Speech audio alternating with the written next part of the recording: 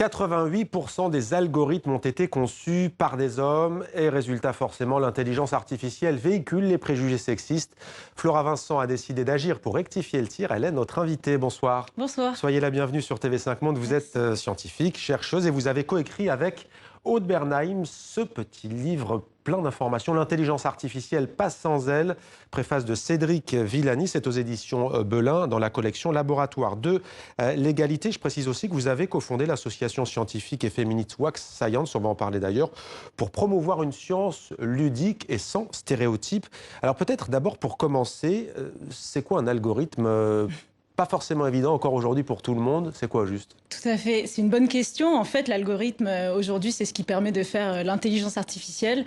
L'intelligence artificielle, c'est un peu l'objectif de créer des machines qui sont capables d'analyser leur environnement et de prendre des décisions. Ça peut être les voitures autonomes, ça peut être la prochaine série qu'on va regarder sur Netflix, comment je vais aller d'un point A à un point B grâce à Google Maps. Et derrière, toutes ces petites machines-là, c'est les algorithmes. Et on se rend compte, en fait, quelque part, que ces algorithmes, ils ne font que reproduire les inégalités qui sont déjà présentes dans la société et les propager encore plus. Alors, Aude Bernheim, que j'ai cité, dit notamment, et vous dites aussi, le secteur de l'intelligence artificielle, c'est aussi masculin qu'un bar des sports le soir d'un match de football de Ligue 1. Je vous vois sourire, mais à ce point, franchement aujourd'hui, le secteur de l'intelligence artificielle qui mélange un peu, on va dire, les mathématiques, les sciences de l'ordinateur, la physique, c'est des secteurs qui aujourd'hui encore souffrent de nombreux stéréotypes. Donc, on observe qu'il y a 12% de femmes dans le secteur de l'intelligence artificielle.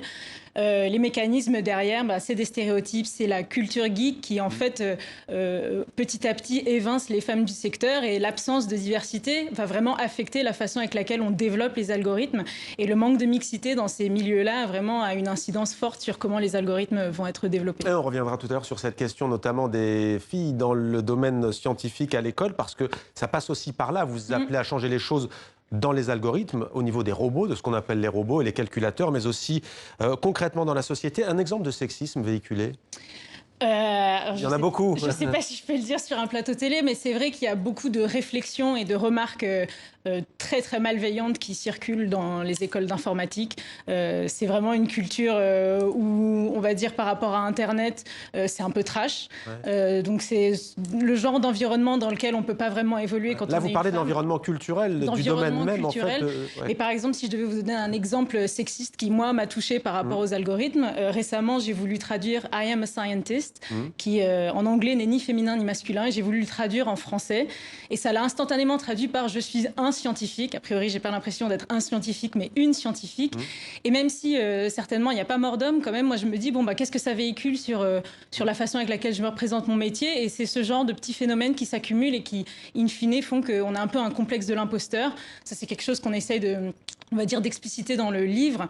Le complexe de l'imposteur, c'est un peu cette idée de penser qu'on n'est jamais assez bon pour faire quelque chose, qu'un jour on va être démasqué. Mais ça, vous pensez que ça produit un effet à force que les plus jeunes, notamment filles et femmes, voient cela, se disent c'est pas pour moi? Complètement, il y a un problème de représentation. Si je vois qu'il n'y a que 12% de femmes dans le secteur, comment est-ce que moi je peux m'y projeter? Si j'ai l'impression que pour être une informaticienne ou travailler dans le secteur de l'informatique, il faut que je sois obligée de passer mes nuits devant mon ordinateur, à pas prendre de douche et à manger des pizzas toute la journée, c'est pas possible, c'est pas ça qui va faire qu'il y a plus de diversité. Donc dans le livre, il y a vraiment toute une série de conseils qu'on donne. On dit souvent il n'est jamais trop tard pour commencer, et on commence jamais assez tôt. Et en fait, c'est pas une solution qui va aider tout le système, c'est commencer à enseigner l'informatique dès le plus jeune âge pour expliquer, pour montrer aux jeunes filles que c'est tout à fait accessible, et puis tout au long de la carrière d'offrir plus de soutien, de visibilité aux femmes qui ont rien à prouver en termes de compétences dans ce secteur. Alors vous posez notamment certaines questions, vous en avez déjà esquissé un peu la vision. Pourquoi le traducteur de Google propage-t-il les stéréotypes sexistes? Il est médecin, elle est infirmière. Est-ce que ce n'est pas une question de langage, ou est-ce que c'est trop facile de dire cela? On sait que Google est une entreprise américaine. Vous l'avez dit vous-même, c'est beaucoup moins genré en anglais qu'en français. L'excuse ne tient pas? Non, l'excuse ne tient pas, parce que dans tous les cas, Google pourrait proposer deux traductions. Il pourrait me proposer soit « je suis un scientifique » ou « je suis une scientifique » ou « un docteur, une docteure ». Mais en fait, ça, c'est un des exemples dans lesquels les bases de données peuvent avoir un impact sur la façon avec laquelle les algorithmes sont développés. Mais on parle aussi notamment dans l'ouvrage des travaux de Joy Buolamwini, qui était une noire américaine, une étudiante du MIT, qui un jour a voulu utiliser un algorithme de reconnaissance faciale. Donc elle a voulu le tester sur elle-même et elle s'est rapidement rendue compte que ça marchait pas. L'algorithme n'arrivait pas à la reconnaître. Puis elle a testé sur ses collègues qui étaient de couleur blanche et elle s'est rendue compte que ça marchait beaucoup mieux pour eux. Donc c'est pas du tout une question de langue, c'est vraiment une question de les bases de données contenaient 90% de photos d'hommes.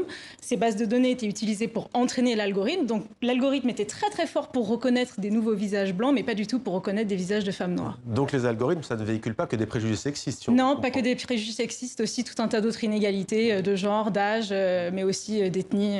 340 000, dit-on, préjugés. On a du mal à se faire une idée. Vous citez notamment ce chiffre.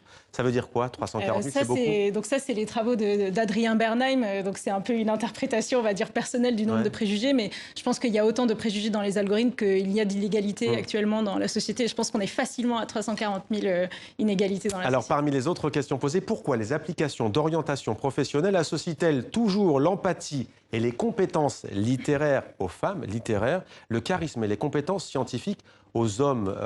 On a du mal à comprendre. Ça veut dire quoi concrètement? Comment ça se passe sur Internet? Sur Internet, c'est notamment dû aux recommandations. Donc ça, c'est aussi quelque chose qui est très différent entre les hommes et les femmes. On se rend compte que, par exemple, quand on veut poursuivre sa carrière professionnelle, on a souvent des recommandations, des gens qui nous ont, on va dire, entraînés, dirigés, etc. Et on se rend compte que le champ lexical utilisé en fonction de si on a été un homme ou une femme va être différent.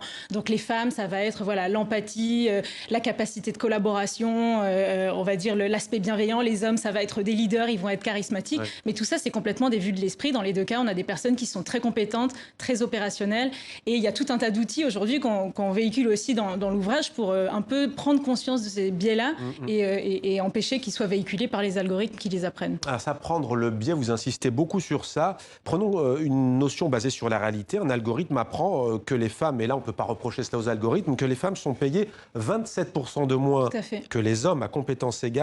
Mais là, ce qu'on reproche aux algorithmes, c'est qu'ils vont propager en fait cet état de fait et du coup le renforcer, c'est ça? Tout à fait. Donc ça, c'est un des exemples un peu criants.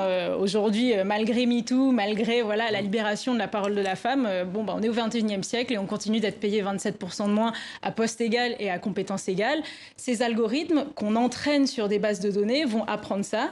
Et quand il s'agit de, on va dire, proposer un nouveau salaire pour une nouvelle recrue, qu'est-ce qu'il va faire? Il va reproduire ce qu'on lui a appris. Donc, il va proposer pour la nouvelle personne qui arrive un salaire qui est 27% moins élevé. Et nous, ce qu'on essaye de proposer dans le livre, c'est de dire, plutôt que de laisser les algorithmes véhiculer ces inégalités, on pourrait peut-être encoder l'égalité dans les algorithmes et on va dire pousser les algorithmes à proposer des salaires égaux à poste égal. Et justement, vous dites qu'il est plus facile de changer des lignes de code que des mentalités. Ne laissons pas passer cette chance.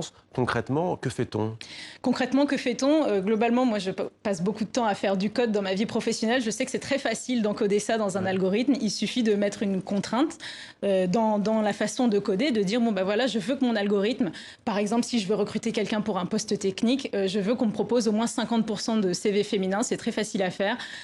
Donc, je pense qu'il faut le faire. Je pense qu'il faut aussi faire prendre conscience aux artisans de l'intelligence artificielle, que ce soit les codeurs, que ce soit les entreprises de recrutement, que ce soit les pouvoirs publics aussi, de se rendre compte que ces biais-là existent, qu'il y a quelque chose à faire. L'intelligence artificielle, c'est un secteur qui avance très très vite et les solutions avancent à peu près aussi vite que l'intelligence artificielle. Donc aujourd'hui, les problèmes, on les a identifiés. On sait qu'il y a une batterie de solutions qu'on propose notamment dans le livre et maintenant, il n'y a plus qu'à. Alors l'association Wax Science pour promouvoir une science ludique et sans stéréotypes, c'est quoi l'ambition précisément? Alors Wax Science, c'est une association étudiante que Aude Bernheim et moi-même avons fondée en 2013 avec l'objectif de vraiment rendre les sciences accessibles à tous et à toutes, en passant notamment, en collaborant beaucoup avec des graphistes et des designers. C'était un peu une des ambitions aussi de ce livre, c'était de rendre les savoirs accessibles. On pense que c'est vraiment important que ces thématiques-là puissent être accessibles au grand public. Donc c'est un ouvrage qui est vraiment, on va dire, assez facile à lire, lire, c'est assez petit, il n'y a pas besoin d'être un scientifique, il n'y a pas besoin d'être un expert de la parité, tout le monde peut lire ce livre, mais on sait aussi qu'il faut multiplier les supports. Et donc c'est le travail d'Adrien Bernheim que vous pouvez voir maintenant, qui est graphiste, qui a fait tout un tas de vidéos qui reprennent un peu les grandes idées. Et on a aussi travaillé avec Marine Spack, qui a interprété en fait tout le livre sous forme de BD. Et ça s'inscrit vraiment dans l'état d'esprit de l'association Wax Science, qui est de dire ces sujets qui peuvent être des sujets qui font un peu peur, c'est quoi le lien entre l'intelligence artificielle, les algorithmes, on ne sait pas trop ce que c'est, la parité, sous forme de BD, sous forme de vidéo, on est capable de faire passer le message d'une autre façon qui peut être efficace auprès d'un public peut-être un peu plus large. Est-ce que cette question des algorithmes et de l'intelligence artificielle, qui pose, on le sait, de nombreux défis aujourd'hui dans le monde, est-ce que c'est pris en compte par le gouvernement en France, par exemple? Est-ce que vous avez essayé d'alerter les autorités? Oui, enfin, on sait aujourd'hui qu'en France, en tout cas, on est plutôt bien protégé. Il y a certaines lois qui sont passées dans les années 2016-2017 qui permettent aux citoyens de demander des comptes. Donc, en tant que citoyen, on a le pouvoir de demander de la transparence, et notamment ce qui s'est passé sur les logiciels d'affectation dans différentes universités. C'était le logiciel APB. Quand on est en tant que citoyen soumis à une décision automatique, on est en droit de demander de la transparence. Et ça, le gouvernement le sait, le rapport Villani en parle. Je pense qu'il y a une prise de conscience que l'éthique, on va dire la pensée éthique dans le développement des algorithmes est importante, et effectivement, le gouvernement est tout à fait conscient. L'éthique aussi contre les préjugés sexistes dans le monde de l'intelligence artificielle. Pas sans elle, préface de Cédric Villani. Merci beaucoup, Flora Vincent, un livre coécrit avec Aude Bernheim. Merci d'être venue sur notre plateau. Merci.